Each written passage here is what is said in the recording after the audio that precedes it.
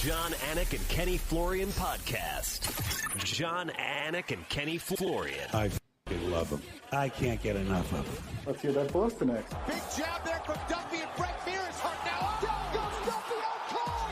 Frank Mir does it again. Rock'em sock'em robots here. Oh my goodness. Hyperbole. There are a couple of absolutely self-involved bullshit artists. Here are your hosts, John Anik and Kenny Florian.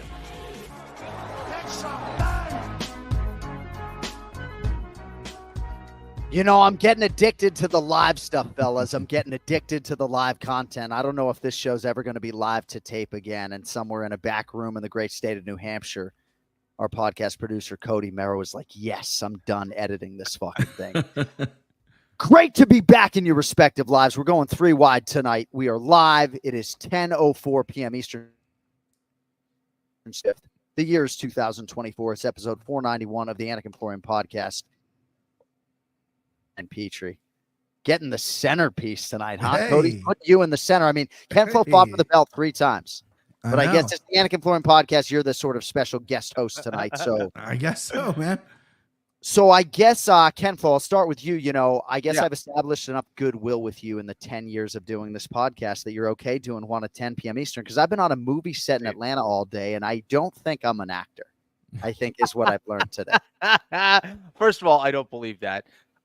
Second of all, you've changed the schedule quite a bit over the years for me as well. So I have to reciprocate, my friend. But how about, you know, it's like everyone sees these movies or these TV shows, and I've done a couple, and everyone thinks it's so cool, but like, isn't it like 95% just hanging out in your trailer waiting to go on? Like that's like what it is. Yeah. So I can't get into too many details about the film, but I can tell you that any dialogue that me and Michael Bisping have is not happening until next Monday. But we are here for about 11 days, and it's exciting in many respects. But yes, it is a lot of waiting around, and I am an antsy guy, you know, and trying to schedule this podcast. We were supposed to talk to Ali Abdelaziz tonight, and I didn't want to keep him waiting, so we're going to talk to him next week, but just trying to coordinate this. But no, I appreciate you guys sort of stepping up and, you know, being malleable today. But yeah, it was a lot of waiting around. I'm sort of stalling because I don't want to get into too many details, but it was pretty cool. And I have to say, if I am to be, you know, because we were there about 13 hours or so, and I will say, if I have to be with anyone, Michael Bisping is like a great person to be with because he's present, you know, he's funny, he's all over the goddamn joint just like me, you know. He's just a great hang. So so Petrie, though, you got an early call time for work tomorrow, if I'm not mistaken. Yeah, my wake up time is you know, we're about 4:15ish in the AM. Oh, damn. I gotta be there at 5. I like to get early. I'm an early bird, so I live 15 minutes away from work, so it's not a big deal. One day we can do it, to do the podcast live. This is a good card we got coming up. This is a card that I would be, I mean, I'm live 2 hours away. I would be going, but I am leaving for vacation, so I am not going to be attending. But very excited to talk these fights, boys. Yeah, we'll get to the Louisville, Kentucky stuff, but we got some stuff off the top of the show today. You're 2 hours away, though, Bri. Yeah. You couldn't change up the vacay. I guess they don't go to Louisville, Kentucky all that often. They don't. Yeah, and that's what I was going to say, that for all the you know, I dated a girl and her family's from Louisville, right? They don't like calling it Louisville. So I know you're not calling the fights, but for Laura Sanko and Brendan Fitzgerald, it's not Louisville, it's not Louisville. You got to say it like you have some KFC in your mouth. You got to go Louisville, and then you'll be respected, because that's what I had to deal with when I was dating the girl. Yeah. So I dropped the Louisville on them. But yeah, no, it's, you know, we visit my grandma, you know, we're driving to the beach, and trust me, if I could push it a little bit, I would. But that condo runs daily, so we got to get it done. Yeah. All right, well, I think I made these guys break down 7 fights, so we'll get to that in a little bit, but we do have some other MMA stuff off the top. I don't know if you guys ingested what was a really good clip on MMAfighting.com about the new UFC gloves. I thought there was a great quote from Jake Matthews, who made his UFC debut at 19 and who's fought 20 or 21 times at the UFC. Said, "You can wrap my hands in tea towels and I'll fight the same." Overall, though, it seems like fighter response was good and receptive to the new gloves. Kenny, Nico Price said something interesting. He said they're great for one-time use, but in training, they're sort of like falling apart. I mean, I just know that great lengths went into trying to make these gloves optimized and to minimize eye pokes and but I'm curious how you would be as an athlete. Like some of these athletes were sent the gloves in advance to try to break them in, but this is a big deal. For Jake, you fight 20 times with one set of gloves. He don't seem to give a shit, but this is a big deal, I would think, for some of them. I'm still trying to figure out what the hell a tea towel is, but anyways, I don't know what the hell that is. The gloves were always an interesting thing, especially I think if you were a grappler. I'm sure it mattered too if you were a good striker, right? But your ability to grab, hold, grip, how tight it is around your hand, all that stuff. And I think they had some kind of thing in the glove to kind of get your fingers to kind of curl down a little bit to help prevent against eye pokes and things like that. But yeah, I certainly would have been one of those guys if I was able to request that glove ahead of time to kind of get used to it, because those are all things that matter. Like, we would get the gloves ahead of time. I would give it to my boxing coach, Peter Welch, who had the most massive hands ever. Yeah. Oh yeah. Size. And I would just get him to put them on and just break him in. Like, you want those things as perfect and as comfortable as possible. So yeah, it is a big deal for a lot of the pro fighters. A lot of fighters beat them up in the back. Brian, I know you're a boxing glove guy, but some of the fighters talked about the fingers being tight. Jailton Almeida actually went up a full size in the new glove. Anything for us, BP, on the new gloves before we get to Connor and Chandler and everything else? Yes. So I'm a boxing glove guy, but also I'm like an MMA equipment guy. I'm a bit of a snob. I've literally tried every pair. When I was in the gym, I'd come in with a new pair. I literally just donated a whole bag of equipment that I barely used to a gym down the street because it just doesn't fit me. I'm that fucking picky. I've had both set of the UFC gloves. Back in the day, before the logos on the gloves, they went with a company called like Moderna or Moderna. I had those. It was very stiff. The new gloves, had to break them in. They got weird seals. I don't have the very new pair of gloves. I've talked to Chris Curtis about them. He likes them. There isn't as much curve as he wants. There's some extra padding. They're lighter. He had to go up a size as well. And his hands are good size, but they're not like massive. So that's just it. I think it's just going to take getting used to. And as a guy like me, I watched the UFC 302 and there was no knockouts. And I'm thinking, well, we're going to get some knockouts with these new gloves? Yeah, like, well, what are we jinxing us here? New gloves, no knockouts, a couple drops. Right. But I think it's a massive improvement at least going. But you see guys training in them. And even in the Islam fight, the UFC was already worn off by the end of the fight. So the longevity might be an issue with them, but no, it's something I was very excited to see. It's a good step in a good direction, I think, because the old gloves were a lot of people had mixed feelings about them. Well, and I think it was really a good thing that the UFC took their time in trying to implement something new, because even so, let's say you don't like the old gloves, but you're used to them. Right. Having this kind of slow implementation, or the slower implementation, I think is always a good thing. Anytime you kind of inject things or get a new glove every year, it's going to throw someone off. So I think it was kind of good to see the UFC kind of have these small iterations of the gloves. I think there's maybe been only two since since Zuffa took over. Yeah. And if you're wondering why we're leading with the gloves today, I would point you to the video on MMAfighting.com because it was very revealing, right? This is a pro grappler podcast, right? Because grapplers are, I think, unfairly discriminated against when it comes to the MMA rules, right? So to hear Grant Dawson talk about the gloves and wishing that maybe he could have tried some submission attempts, because he talked about his forearms being tired in the old gloves because of all the fabric and just the weightiness of them. And I do think they have done something to alleviate that. All right, at the end of the show, I am going to bring up an article on awfulannouncing.com that was written about me, because the headline is UFC play-by-play announcer John Anik, I can't wait to retire so I can bet on fights. So I think something got lost a little bit. Was that a quote from our podcast? Yeah. I think I said something similar on the Show Me the Money podcast. Okay. But I'm going to get into that at the back end of the program. So I want to talk about some UFC 303 stuff before we get into Jared Cannonier and Nassourdine Imavov in Louisville, Kentucky. And Kempfel, I'll start with you on this. So within the last hour, Conor McGregor posted a photo on Instagram. He appeared to be at the office of an orthopedic surgeon. Perhaps not.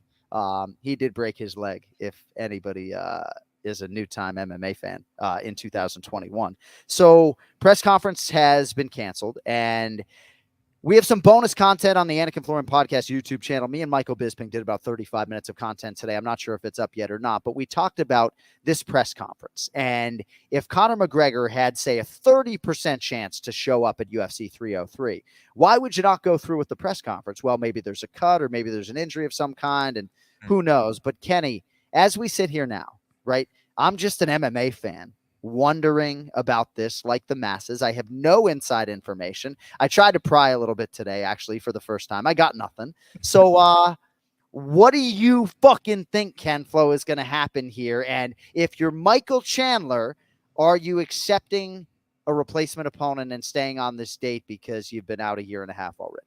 Oh, my goodness. Well, I think, well, and I was kind of dubious of this date to begin with. I didn't think they were going to be able to get it done in June. I said, Conor fighting in June so quickly, coming off the movie things, all this stuff, yada yada yada. And now I see this. It doesn't look great to me.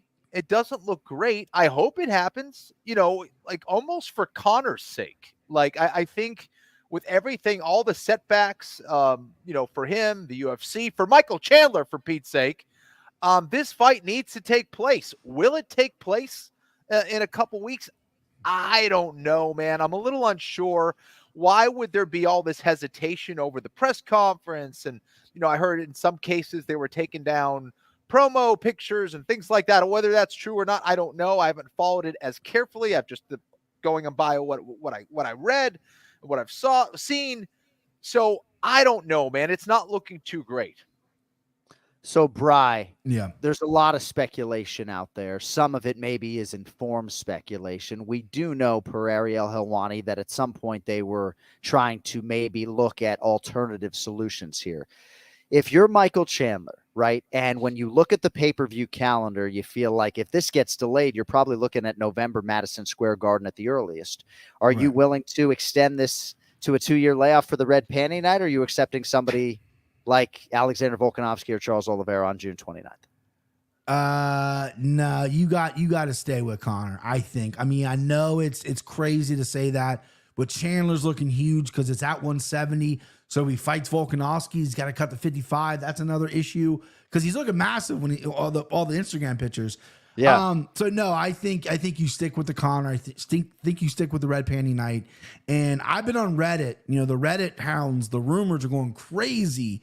But yeah, I hope it stays together. I get a lot of messages because I'm on this podcast, so everyone thinks I have inside information. Like, hey, I spent $10,000 going to this card. Is it happening? I was like, brother, I have no idea. Dude, if Chandler fought 2 times a year for 4 years, that might be the equivalent of what he would make in this one fight against Conor McGregor. Right. Yeah, and that's the photo that was up. Yeah. Yeah. All right. I'm going to put $100 on the line. Brian, I'm going to start with you. Yeah. I want you to give me your prediction as to why the press conference got canceled. And I want you to predict what's going to happen on June 29th. And you can go as far as you want here. You and Kenny are both going to tell me what you think is going the fuck on, because I'm curious. And whoever's closer in terms of your total analysis of this situation here, 24 days out, we'll raise it to 200. So, Brian, what do you think is going on?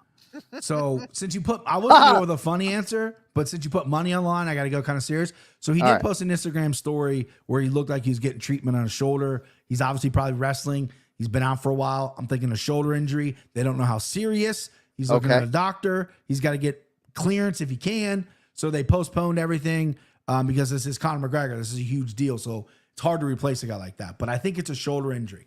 All right, Petrie, thank you. Good answer. And I know you got an early wake-up call. I got to fucking start getting to the main event challenge. We're good. Eric is like, what is going on here? That's his wife. Ken Flo, Petrie says shoulder injury postponed. What do you have for us on a prediction as to why the press conference was canceled? I'm not going to go that far. It seems like it's got to be some kind of an injury, right? I have no idea on the specificity of it. But I think for both the UFC and for Conor, if you're going in there with a limp or with some kind of kink in your body, someone's going to see it at a press conference. And perhaps that was the reason of like, hey, we don't want to show our cards if there is an injury. And if we're able to fight, we certainly don't want to show that injury. So it seems like they're evaluating something physically on the body of Conor McGregor to find out what the hell's going on. And yeah, that's it, man. All right. And my prediction is that it's just that Michael Chandler is holding out for more money. So Okay. All right. I'm totally kidding. I'm totally kidding. prediction. Of course not. No, I mean, for Chandler, it's so interesting, right? This whole situation, because even if, like, when you think about potential opponents for a lot of these high level fighters, right? Like, you want to make sure that the guy you signed to fight is going to show up on fight night, right? And I think that's a big part of the equation. I'm really hopeful that, not that this is much ado about nothing, but that, that this fight happens, and it happens on, June 29th. There does appear to be some optimism out there, but what a crazy situation. All right. Ladies and gentlemen, we will get back to the mixed martial arts stuff here in a second, but we are this close to crowning an NBA champion. Ken Flo and I are hoping it's the Boston Celtics against the Dallas Mavericks. And with the action heating up on the court, DraftKings Sportsbook, an official sports betting partner of the NBA, has an outstanding offer for new customers. You can get a no-sweat bet up to $1,500. Just deposit at least $5, and you'll get a bonus bet back equal to your first bet if it does not hit. So download the DraftKings Sportsbook app now. Use code AFPOD. That is code AFPOD for new customers to get a no-sweat bet up to $1,500 if your first bet doesn't hit. Translation: make your first wager $1,500. Only on DraftKings. The crown is yours. Gambling problem? Call 1-800-GAMBLER, or in West Virginia, visit 1-800-GAMBLER.net. In New York, call 877-8-HOPE-NY or text HOPE-NY. In Connecticut, help is available for problem gambling. Call 888-789-7777 or visit ccpg.org. Please play responsibly. On behalf of Boot Hill Casino and Resort in Kansas, 21 plus, age varies by jurisdiction. Void in Ontario, one no-sweat bet per new customer. Issued as one bonus bet based on amount of initial losing bet. Bonus bets expire 168 hours after issuance. See dkng.co/bball for eligibility, wagering, and deposit restrictions, terms, and responsible gaming resources. All right. Pronunciation of the week, and then we'll get into 7 predictions in our main event challenge, UFC Fight Night, Cannonier versus Imavov, and some other stuff with Ken Flo on the back end of our live power hour here on the Anik and Florian podcast. All right, so, Bri. Yeah. This is probably a repeat on the pronunciation of the week. Sure. Jared the Killer Gorilla Cannonier is fighting a Frenchman whose first name is Nassourdine, and we just really want people to emphasize the correct syllable in his surname. So we got a main event fighter here. We're trying to get this shit right, Bri. What's the pronunciation of the week? So of all the names I butcher, this is the number one name I butcher. Yeah. Nassourdine, excuse me, I already fucked up. Nassourdine Imavov. Yes. Did I get Yes. Yes, Cody Blue. Got it. Cody Blue, what do you have for us? Nassourdine the Sniper Imavov. Encore? Nassourdine the Sniper Imavov. The sniper. The sniper. I like it. I just get so sick of the Imavov folks out there, you know. Right? Like, how many times does this guy have to headline for the UFC before we're going to get this right? All right.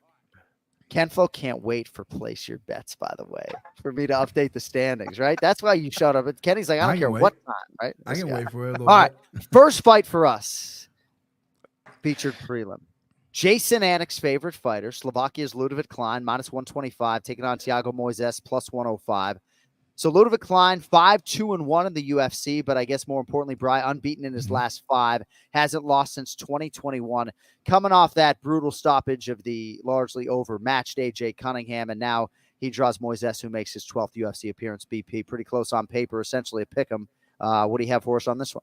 Yeah, one of the tougher fights to predict on this because Ludovic Klein came in kicking fucking heads off, and now he's a grappler. He's landing at 7 takedowns in his last 3 fights.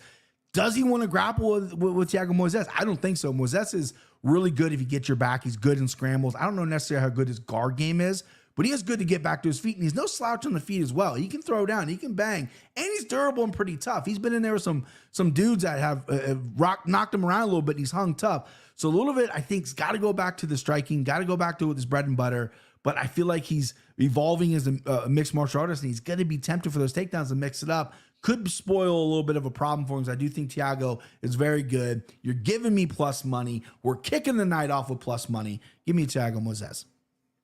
Interesting to look at Thiago Moises, the body of work, 7-5 in the octagon. The Islam Makhachev main event 2021. He's 3-2 since that time, but the UFC losses, Dariush in his UFC debut, Damir Ismagulov, the aforementioned Islam Makhachev, Joel Alvarez, Benoit Saint-Denis.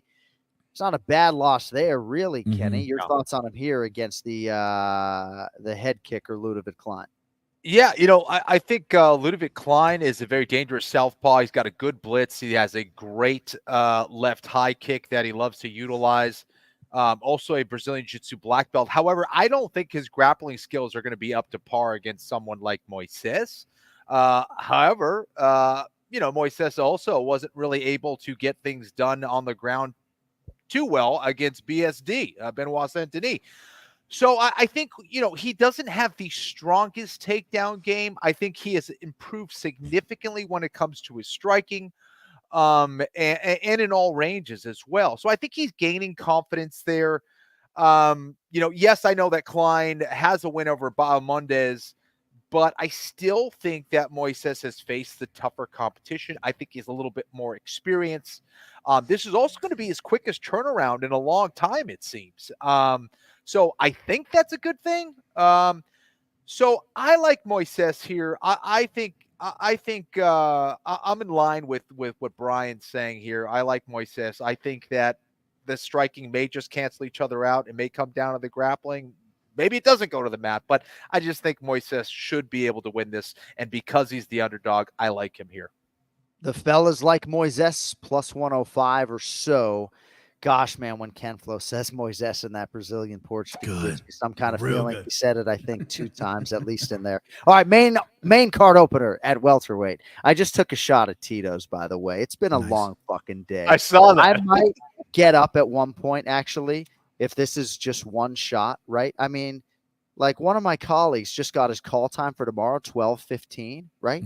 I mean, me and the Count Michael Bisping, not 12:15, not 12:15.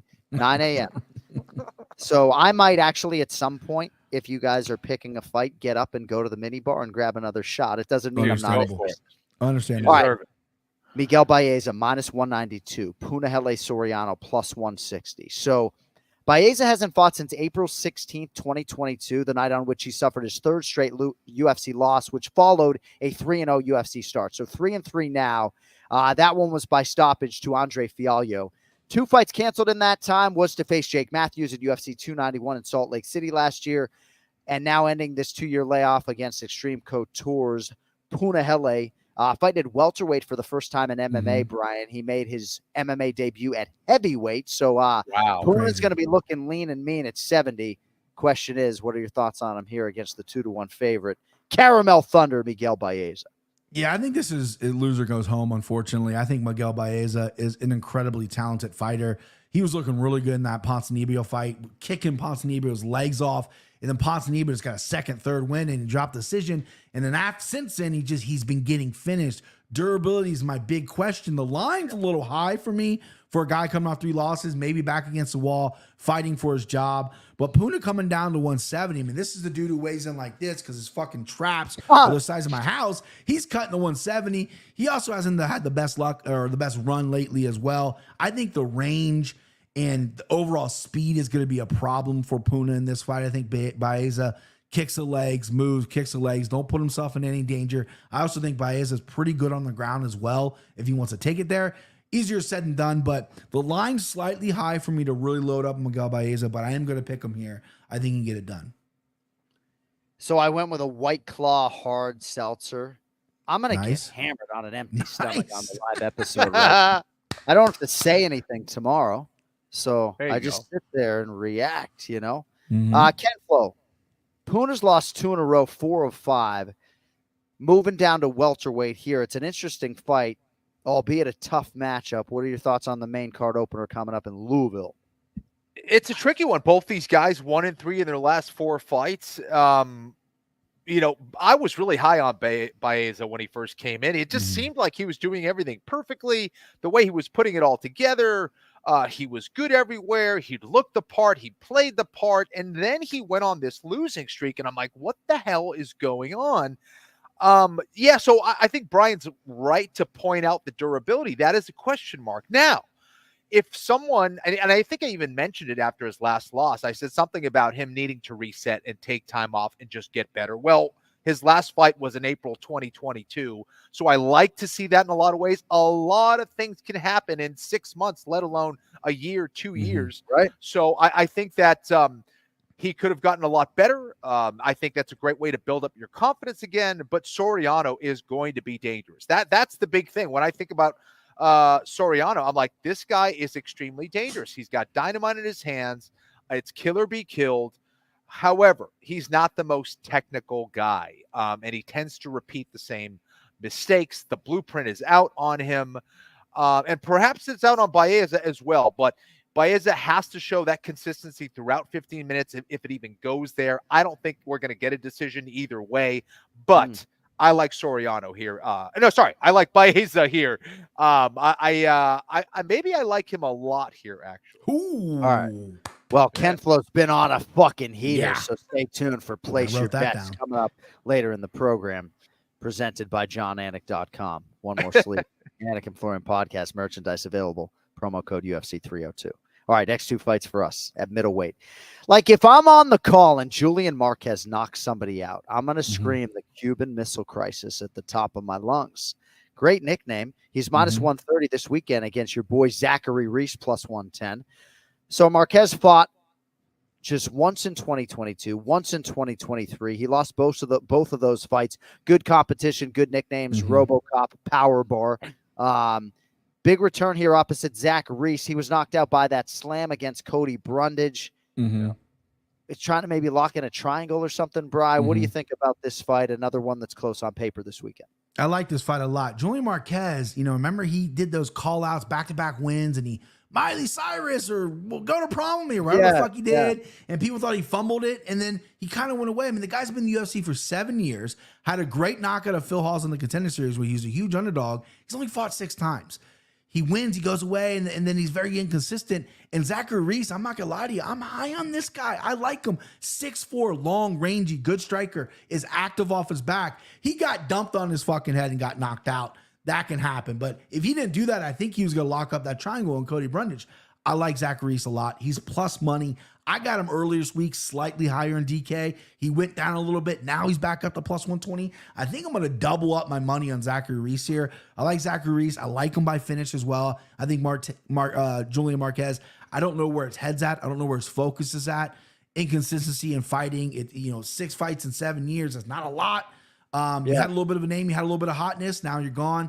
I think Zachary Reese is going to take this here, probably by submission, but I wouldn't be surprised if it's a knockout either. Just keep your hair short, Bri. You like it? I faded it up for you, bud. Yeah, no, it looks great. Tight. Absolutely great. Tight, dude. Ken Flo, Zach Reese came off season 7 of Dana White's Contender Series. That was his UFC debut, of course, that forgettable slam knockout at the hands of Cody Brundage. Your thoughts on him in the sophomore start against Julian at the Cuban Missile Crisis, Marquez? I've been going back and forth on this one. I think Marquez clearly has more experience, right? I think he does have some knockout power, no question about that. I think there's probably no question that Reese is the more skilled fighter as well. Has an awesome highlight, by the way. And he's a finisher through and through. I think all 6 of his wins are finishes for sounds right to me. I mean, sounds fucking right to me. No one's fact checking you. So He's a finisher, so I like that. So I like the height, I like the length. He has to stay very disciplined. Can't make a whole lot of mistakes out there and get sloppy. Doesn't have a whole lot of fights, so that's what worries me. But I think he's the better fighter. I think he's a more skilled fighter, I should say. And I'm leaning towards Reese as well. Not so strongly, though. Yeah. Yeah. All right. Also at 185 pounds, Kenny, we'll go right back to you on this one. Yep. Bruno Fajeda, minus 265, taking on Dustin Stoltzfus, who's plus 215. Fajeda, am I pronouncing that right? You nailed it, dude. Of course you did. See, I'm not the so 2 R's in the middle of the name. Fajeda. I haven't eaten in 7.5 hours, so I just wanted to make sure because I'm a little bit buzzed. But Bruno Fajeda has 2 huge knockouts in his first 3 UFC starts. He got Gregory Rodriguez memorably in his UFC debut, and then more recently Phil Hawes earlier this year. Dustin Stoltzfus is now in the bracket. Ken Flo, any strong feelings for us on this one or what? Yeah, Fajeda can crack, dude, and Stoltzfus, I think he's a pretty well-rounded fighter. I think he's pretty strong everywhere. I don't think Stoltzfus is going to be able to, if I'm saying that correctly, I don't think he's going to be able to like throw Fajeda around the cage. I don't think he's going to be able to take him down. You're talking about 3-time national judo champ from Brazil. Brazil has some of the best judo in the world. Very strong nation when it comes to that art, and he can crack, man. I think he's the more dangerous striker as well. I don't think he's the more skilled fighter. I think he's the more dangerous fighter here, and he finds a way to catch your chin, and I think Fajeda gets it done. So yeah. All right, Dustin Stoltzfus, the underdog, born in Lancaster, Pennsylvania, fights out of Germersheim, Germany, coming off a big submission win over Puna Soriano late last year. He has won 2 of 3 overall. The Joe Pyfer fight, of course, on the Contender Series back in the day. Brian Petrie. Stoltzfus, Fajeda, who do you like? Listen, it's a late night show, right? John's drinking. We're having to. I'm gonna throw a sound clip in. Hello? Okay, this is Dog. Okay, this is Dog. I'm going dog hunting here, boys. Dustin Stoltzfus plus 220 is a steal. I also think Dustin Stoltzfus by submission at plus 600, currently on DraftKings.com, is a steal. Bruno's got 1 round in him, right? And this could be like a Busa Magomedov who jumped on Stoltzfus round 1, put him out. But Stoltzfus is pretty durable. He's not the cleanest guy everywhere. He's pretty strong. He dumped Joe Pyfer on his arm, broke it. He can get you down, and he's crafty when he gets your back. And Bruno hasn't been out of the first round in the UFC. The guy's talented. He can crack. If Stoltzfus gets him out of the first round, I think Bruno is going to tire. I think the mental is going to be like, wait a second, I'm not getting guys out round 1 now. I like Stoltzfus here at plus 220. I like the number. I like the play. Let's do it. So my hair grows so fast. Like if I don't get a back wax, I have a fucking carpet on my back. Okay. It's actually thinned out quite a bit over the years. Right. But so I'm in makeup and hair today doing this movie in Atlanta, my last movie, incidentally. And they're like taking pictures of me from all sides. And my hair grows so fast that I'm like, I got to give myself a skin fade tomorrow. Right. Wow. And then she starts like shaving my cheeks. And I'm like, whoa. Like, I hate the groomed beard, you know, like don't shave my neck, don't shave my cheeks. And I'm not that diva talent. I try to be the opposite, right? The anti-buffer, the low maintenance guy, right? And she starts shaving my fucking cheeks, you know, but I'm wondering aloud in the middle of this main event challenge, how I'm going to simulate my look, right? Over 11 days when, you know, I wake up with a white whiffle, even if I shave my head that day. So crazy. I don't know, but I guess I'll get it back to our next fight here at Bantamweight. And hopefully this time it shall be done. I'm excited to watch this as a fan, as I know you guys are. Raul Rosas Jr. minus 230, Ricky Turcios plus 190. So they were supposed to fight in Mexico City in February.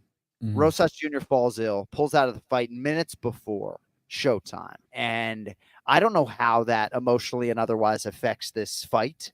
But you guys know I'm a staunch Raul Rosas Jr. supporter. What are your thoughts on him here, BP, against Ricky Turcios? Yeah, there's going to be like a mental edge for Turcios. You know, even if it's bullshit, he's going to be like, oh, this guy's ducking me, right? He pulled out fight. You know, he tweeted it, he said it, you know, that's fine. But they match up really well with each other. Turcios is a guy who's high active, high volume. He got taken down 7 times, though, by Kevin Natividad last time out. Rojas Jr., 19. You can't rely on him at least yet at the betting window, in my opinion. But 19, he's getting that big boy body, but his takedowns are great. And good luck knocking that fucking kid out with the chin out here, the head this size. He ain't going to sleep for a while, okay? He can take a few shots. I like Rojas Jr. here, probably by decision. I don't think he gets Turcios out there. He's pretty safe on the ground, Turcios, that is. But give me Rojas Jr. Yeah, the number doesn't scare me. I'll play this for sure.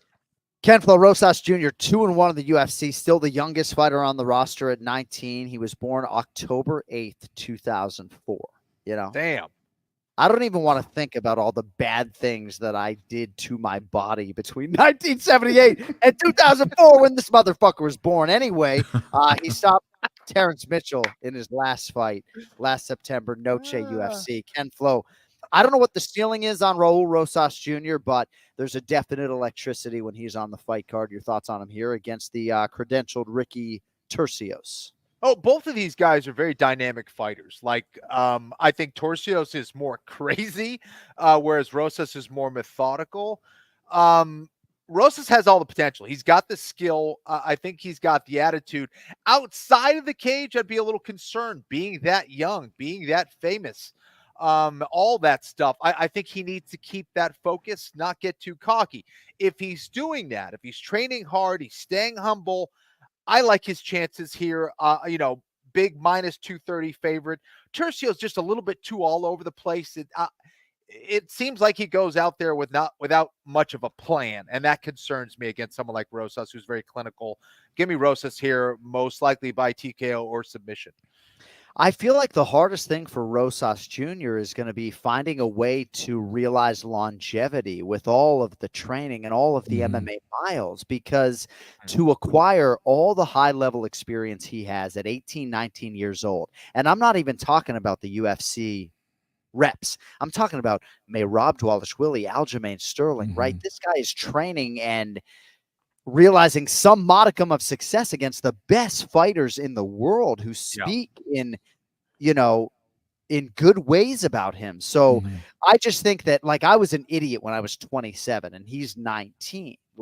So there's definite maturity that's going to happen here, but I just don't see much downside in all of the training and experience that he's accruing at this age. I think he's going to have to mature quickly, whether he likes it or not.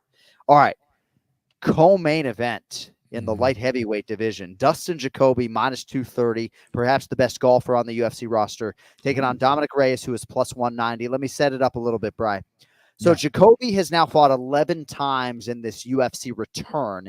His UFC debut was 2011. He was out of the UFC from 2012 to 2020, was out of MMA for part of that time, Glory Kickboxing and everything else, returned Halloween night 2020, and has really been prize fighting and very active since.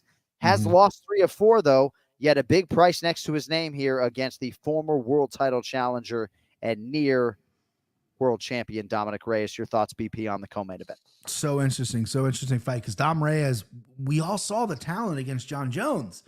Was that his ceiling? Was that the pinnacle? I had a guy come up to me today and say, hey, Dominic Reyes, pick him. He beat John Jones. Well, yeah, he didn't. It doesn't say on the record, but did he? And then he goes through all this terrible stuff with his body, the Yuri knockout, and then the Ryan Spann knockout very quick. It's, where's this guy at mentally? Where's he at physically? I know he's in Philly for a while, training with that Philly crew.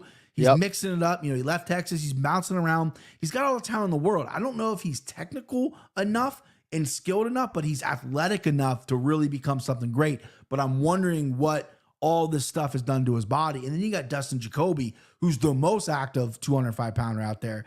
He left UFC, went and become a high-level kickboxer, came back, and has done really well. Cardio for days, take down the fences.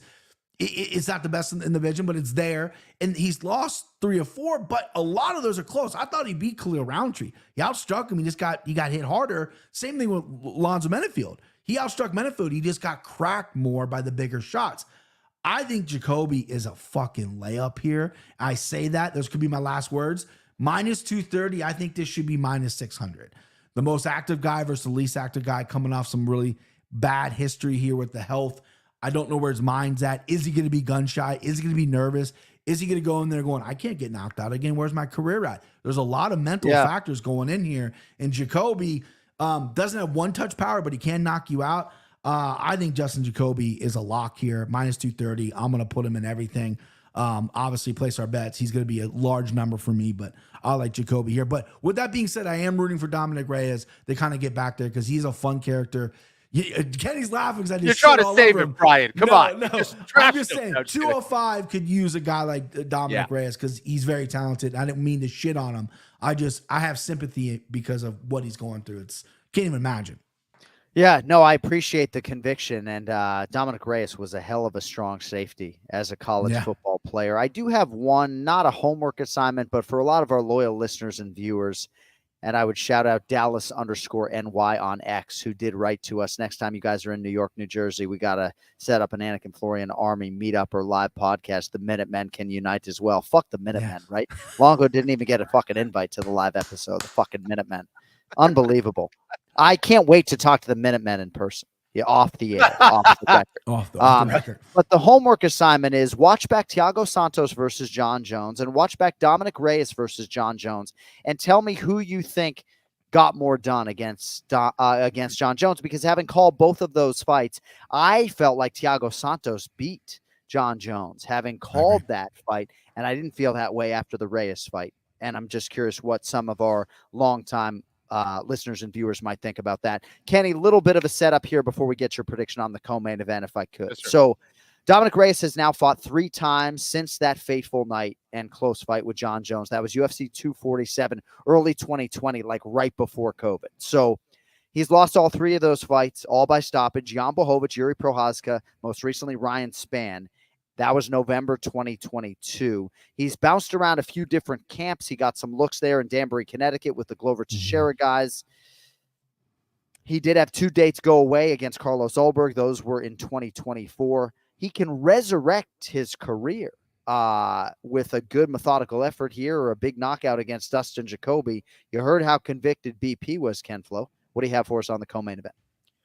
I forget which fight it was, but Brian was talking about a loser, has to leave town match. This might be one of those matches as well.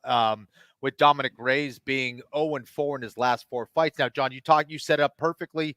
It all started with the John Jones loss. Now, similar to when guys would fight Julio Cesar Chavez and maybe they lost a decision. And they'd be like, that's amazing. You lost to decision. You didn't get knocked out against Julio Cesar Chavez. But then you start asking yourself, at what cost? Like, what did your body go through to withstand 12 rounds, 15 rounds against someone like Julio Cesar Chavez? Well, what did his body go through to survive John Jones? Great fight, close fight, absolutely amazing. But what happened to him after that? Should John Jones get an assist on some of those stoppages? I don't know. It's possible. And being 0-4 and then having 3 finishes in a row, it does something to you physically, mentally, spiritually. How does he come back from that? I hope he does find some kind of an answer. But he is going against a very skilled and experienced striker in Dustin Jacoby. And, I'm not sure I'm as convicted as Brian is, but I do like Jacoby here as well. It'd be interesting to see if Reyes just goes in there with a wrestling heavy game plan and says, I need a freaking win. Yeah. I'm going to use some wrestling here and I'm going to get the win. He could do it that way. He may even be able to, sneak in that nice, counter with that left hand sliding back that he's landed before. Maybe he does that. I think Jacoby should be ready for that. But, I think Jacoby's just kind of a little bit better positioned here against Reyes.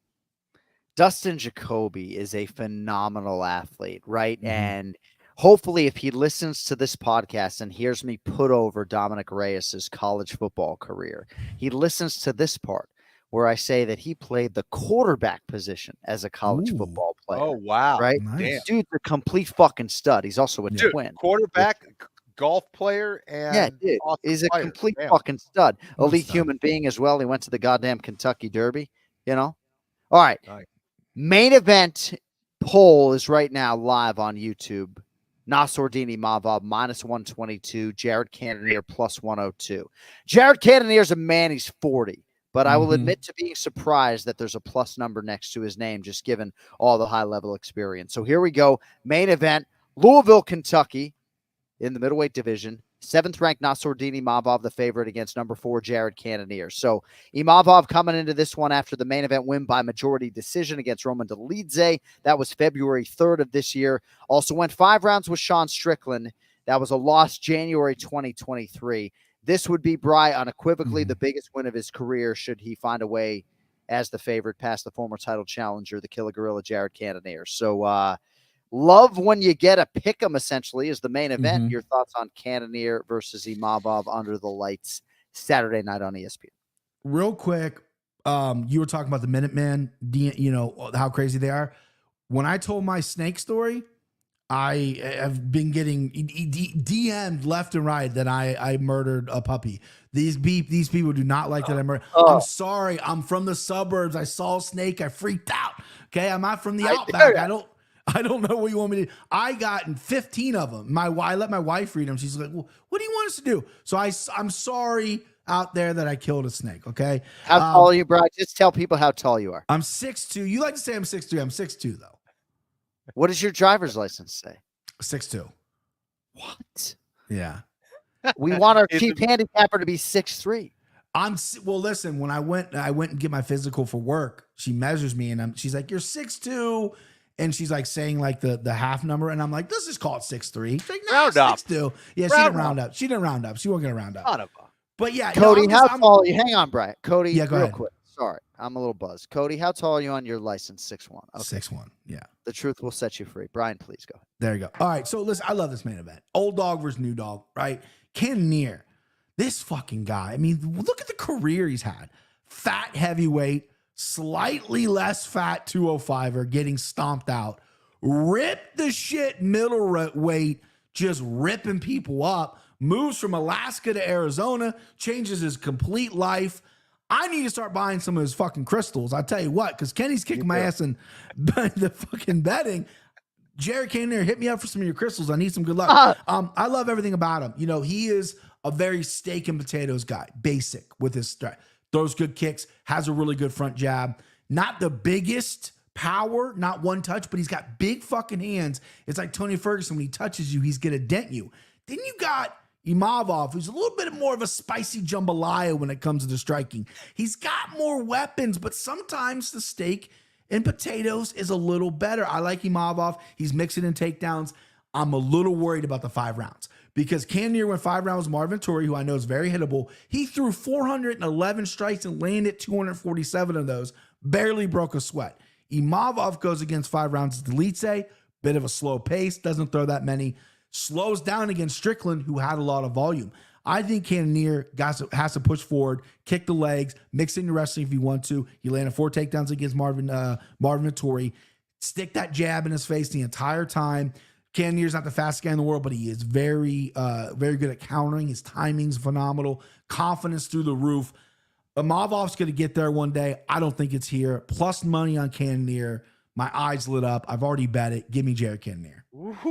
Kenny, I know a lot of handicappers who will look at Nassourdine Imavov's age 29 and Cannonier's age 40 and have that as the jumping off point for their handicap. And I don't hate it, right? 10-6 for Cannonier in the UFC. Now, since his title fight against Adesanya, July 2022, he defeated Sean Strickland in the main event. I did think he lost that fight. And hopefully Jared Cannonier is not a P1 listener of the Anik Florian podcast. Then he defeated Marvin Toure in the main event. That was last June. Tore his MCL last year. Otherwise, he would have gotten another one in all likelihood, Kenny. But if Cannonier is going to get back to that title championship setting, he's got to have this one this weekend. What do you have for us on the main event, kid? Oof. Okay. So this is a very interesting fight. I think that, Brian's right about the assessment about the fight itself, that I think Cannonier does need to back up Imavov. Why? Well, offensively, it brings more to the table for Cannonier. And I also think that Imavov tends to shut down a little bit when he's moving back. He doesn't throw a whole lot. I was like, is this my imagination? Let me check the stats. Well, yeah, Cannonier definitely had more total strikes landed per minute and more strikes, significant strikes landed per minute than Imavov. And a lot of times when you get these fights that go to decision, I think this will be one of them. That's when it's going to come down to. Is it that simple? Maybe. Imavov's got some good takedowns. Is it enough to take down someone like Cannonier? It's possible. I like Cannonier up against the cage. I think he defends really well. I also think he's good at getting back to his feet really well. But I think like a few of these fights, Imavov might be the more slick fighter. He might be the more skilled fighter. Cannonier he's pretty technical as well. Definitely, I would never call him sloppy at all. But I also think he might be the heavier striker in some ways. Imavov's very good in the clinch. You got to watch out for those knees, his tie clinch. But I still think that Cannonier has it. This isn't a case where he's getting touched in the chin and getting dropped left and right. If that was the case, and I didn't have a lot of confidence in his chin, I would be leaning towards Imavov as well. But Cannonier as, underdog slight here. I like his striking volume, and I like his experience to get it done by decision. And if ever there was a fighter for whom age could just be a number, I feel like it's Jared Cannonier. He just treats his body with a lot of respect, right? He's not banging White Claws on YouTube. He respects his body. All right. Place Your Bets is sponsored by JohnAnik.com. In the not-too-distant future, it'll be sponsored by KennyFlorianMartialArts.com when our store is available there. For now, though, JohnAnik.com for all of your Anik and Florian podcast merchandise needs. All of our authentic One More Sleep designs can be had at JohnAnik.com. And you'll know it's authentic if my signature is up there in the right-hand corner and in the back collar as well, because a lot of people are ripping the shit off and we don't fucking like it. Leona Lewis, by the way, your Christmas song, One More Sleep, we're sending you a package of goods. All right. Nice. We're updating the standings now. All right. Here we go. All right, so Team Petrie. Go ahead, Kenflo. What do you got? Oh, you're okay with this. All right. All right. I'll listen to this.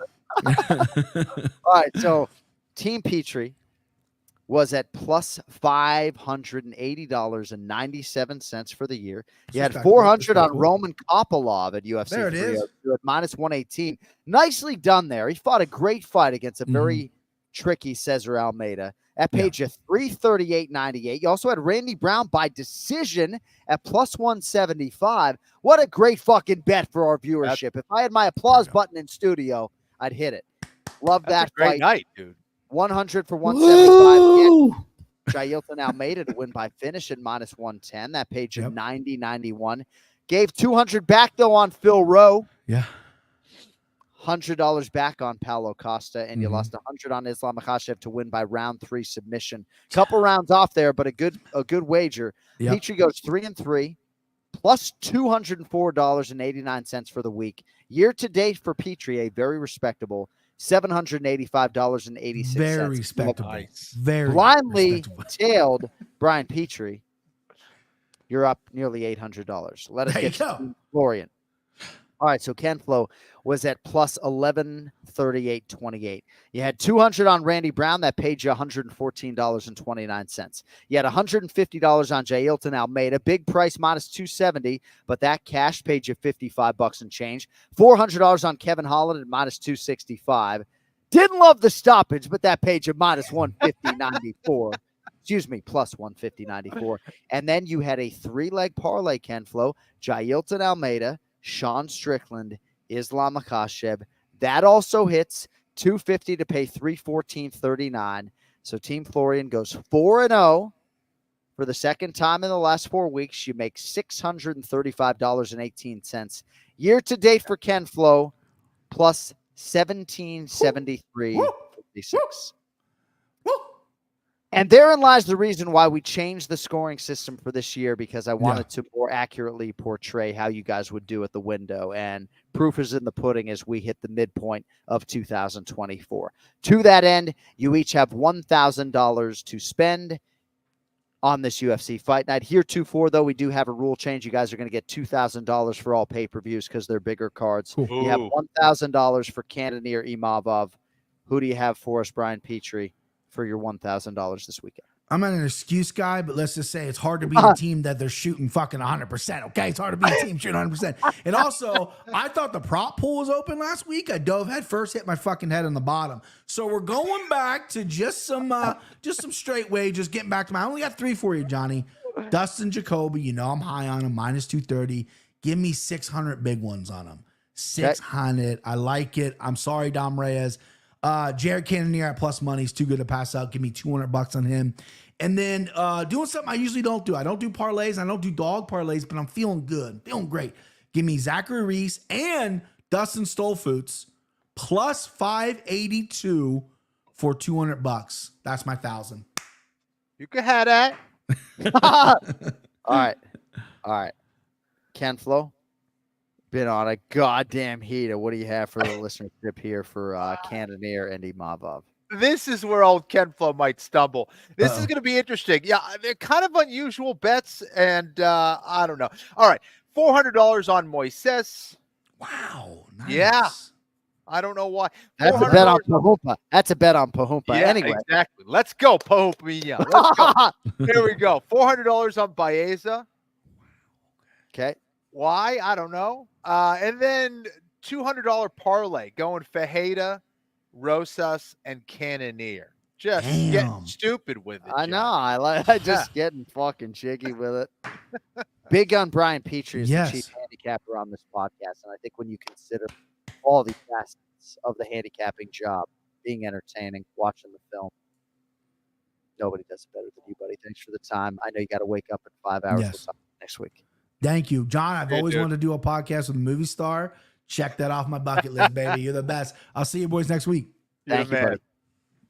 A movie star I am not. Michael Bisping is a bona fide movie star. Guy's got like 20 major motion pictures. All right. He kind of is, dude. Yeah, he is. He is. All right. So who you betting on at UFC Louisville? Our poll results on YouTube Live. Jared Cannonier plus 102, 61% of you. Nasruddin Imavov minus 122. The other 29 or 30%. Oh, I guess there's a draw there as well at 8%.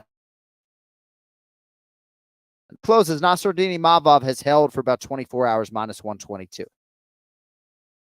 Here. So this article came to my attention. UFC play-by-play announcer John Anik, quote, "I can't wait to retire so I can bet on fights," is the headline. Awfulannouncing.com. Real quick, folks, on the way out. This is called a kicker, I guess. Longtime UFC play-by-play announcer John Anik has served in that role within the fight promotion for over a decade.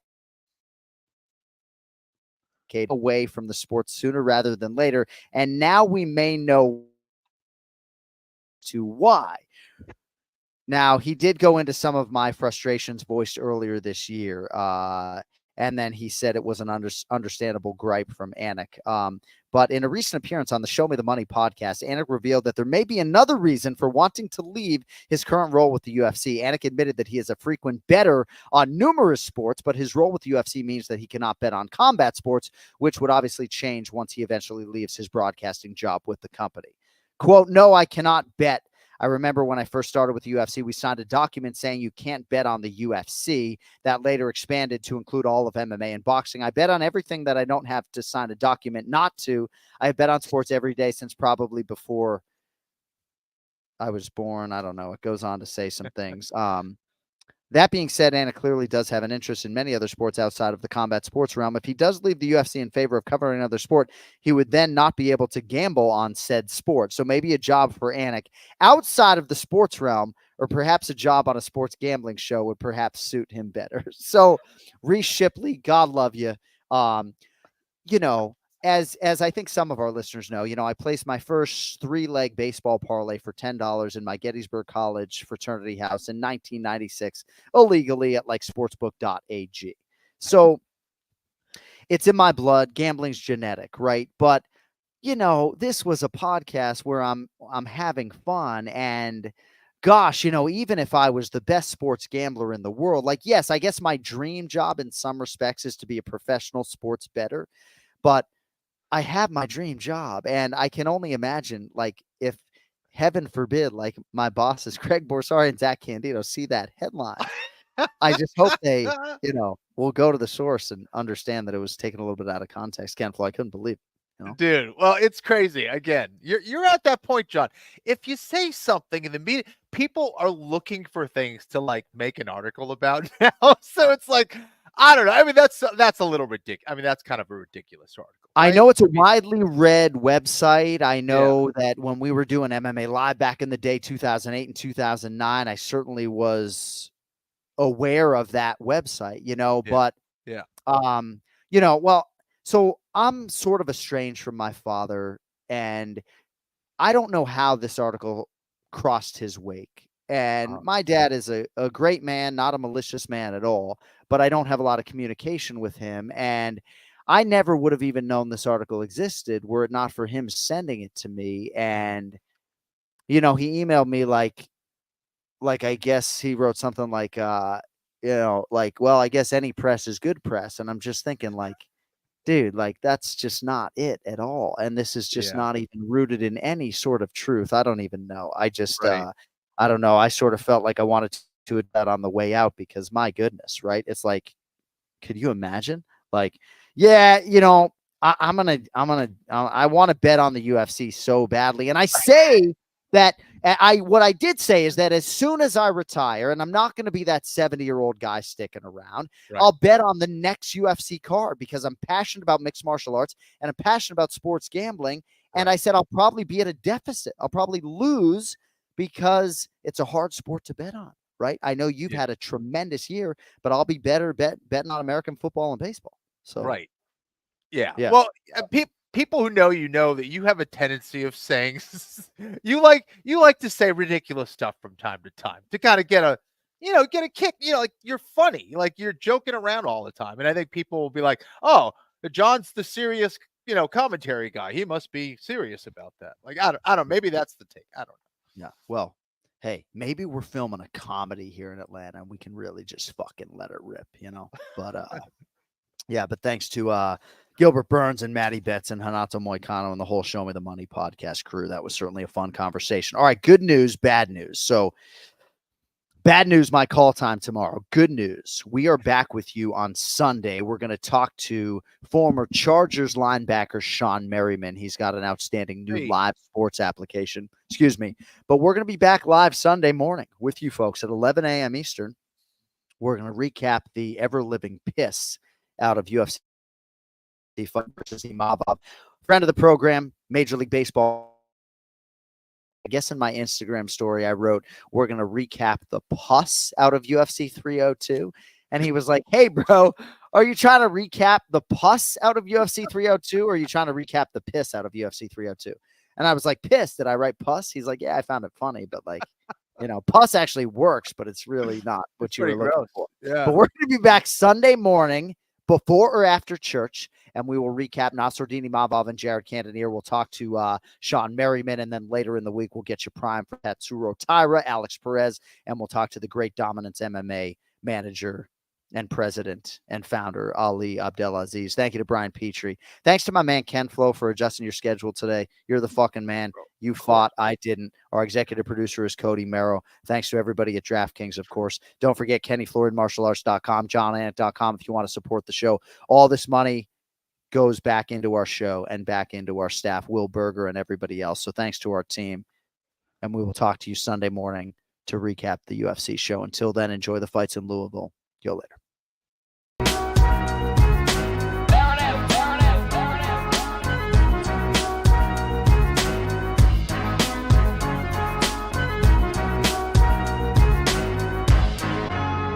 had that from about